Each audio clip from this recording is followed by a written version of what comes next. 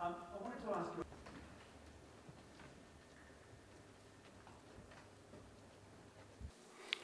What we're seeing is what we expected to see, essentially. You know, if I thought all the tests that we did were going to be negative, then I wouldn't bother doing the tests in the first place. We do the tests because they are a way of filtering out people who might be developing an infection, who might become a risk later. So we identify them early, we take them apart from other people, and we manage them and look after them, and we look after the contacts. Implemented these protocols, you believe that they've done it? So it is expected that as we go through the different layers of filtering, we see cases coming out. So we see cases currently who've been tested before departure, who are now not coming, the most obvious today being Coco Graf, the tennis player. We see people who then get to the airport, and they get filtered out there, then they get filtered out when they get to village.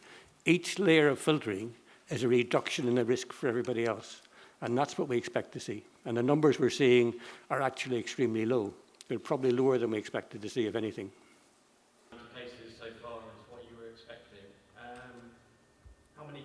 It's impossible to predict, in a sense.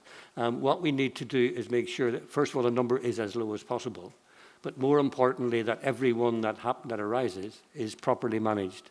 So no matter what the number is, it's how quickly we identify them, how quickly the cases are taken away, quarantined and treated and looked after, and how quickly the contacts are identified and put into isolation.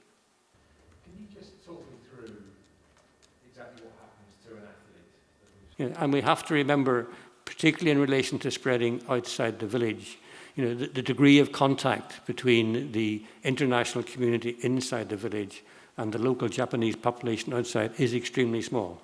Because as you know, the athletes aren't traveling around Tokyo, they're not using public transport, they're using designated transport to go from the village to their training or competition venues and back again.